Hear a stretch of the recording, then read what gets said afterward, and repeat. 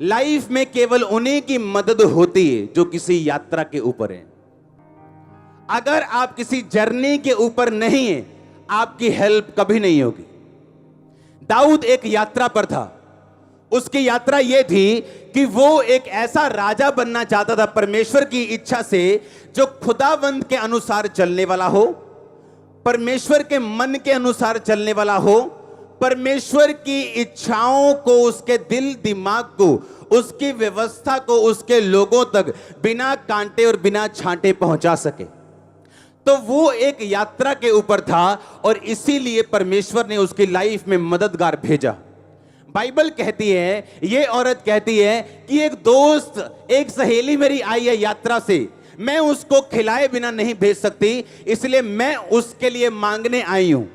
नहीं तो वो ये भी कह सकती थी कि बहन अब सो जा, सुबह होगी हम बना लेंगे या इंतजाम कर लेंगे, अभी कुछ नहीं है मेरे पास। वो खेचल ना करती अपने पड़ोसी के पास जाके रोटी मांग के, शर्म करके बार बार रोटी मांगने की। आप हैरान होंगे, याद रखो, जिस दिन आप पूरा दिल खुदा को दे देंगे, आप हैरान होंगे कि किस तरह से लोग दुखी होके भी आपकी हेल्प करना छोड़ेंगे नहीं।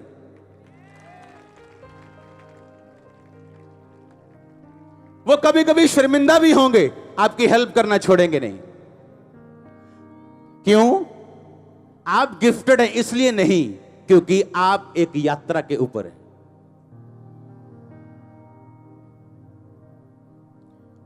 एक विश्वासी की यात्रा ये है, मैंने एक अच्छा क्रिश्चियन बनना है, अपनी बिगड़ी हुई बेटी को सुधारना है, अपने बेटे को स्टैंड करना है, चर्च में मैंने बीज बोना है या सेवा करनी है, या मैंने लोगों को सुसमाचार बताना है। इसका मतलब आप यात्रा के ऊपर हैं। कौन यात्रा के ऊपर नहीं? जो दारू पी रहे, सिगरेट पी रहे, व्यभिचार में, फेसबुक पे, व्हाट्सएप पे, टिकटॉक के ऊपर है। सुनो, टिकटॉक फेसबुक शैतानी नहीं है, पर आप देख किसको रहे हैं ये मायने करते हैं। अगर एक ऐप खोलने पर आपको 99.9% लोग आपको खराब मिले तो खोलनी क्यों है फिर? या तो अपनी वीडियो प्रचार की डालो 10 मिनट की और बंद कर दो।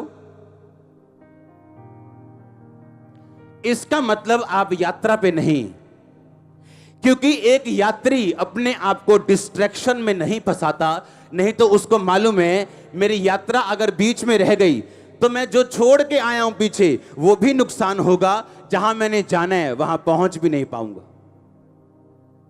बहुत सारे क्रिश्चियंस ऐसे हैं, अपनी यात्रा को शुरू किया पर खत्म नहीं कर सके, अब धोबी का कुत्ता बन चुके हैं। ना जो घर का है ना जो घाट का है, ना जो घर के काम आया ना प्रभु के काम आया, ना शैतान के काम, किसी के काम नहीं वो।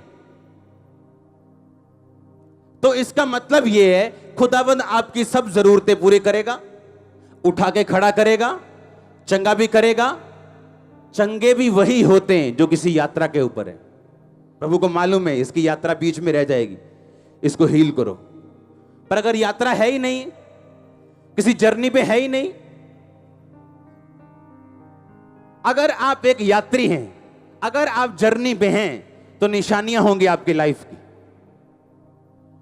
वो निशानी कौन सी है? वो निशानी ये है, आप उसके वचन पे चलने वाले होंगे, आप अपनी यात्रा को सीरियस लेने वाले होंगे, आप रेगुलर नॉर्मल से क्रिश्चियन नहीं होंगे। हालेलुया।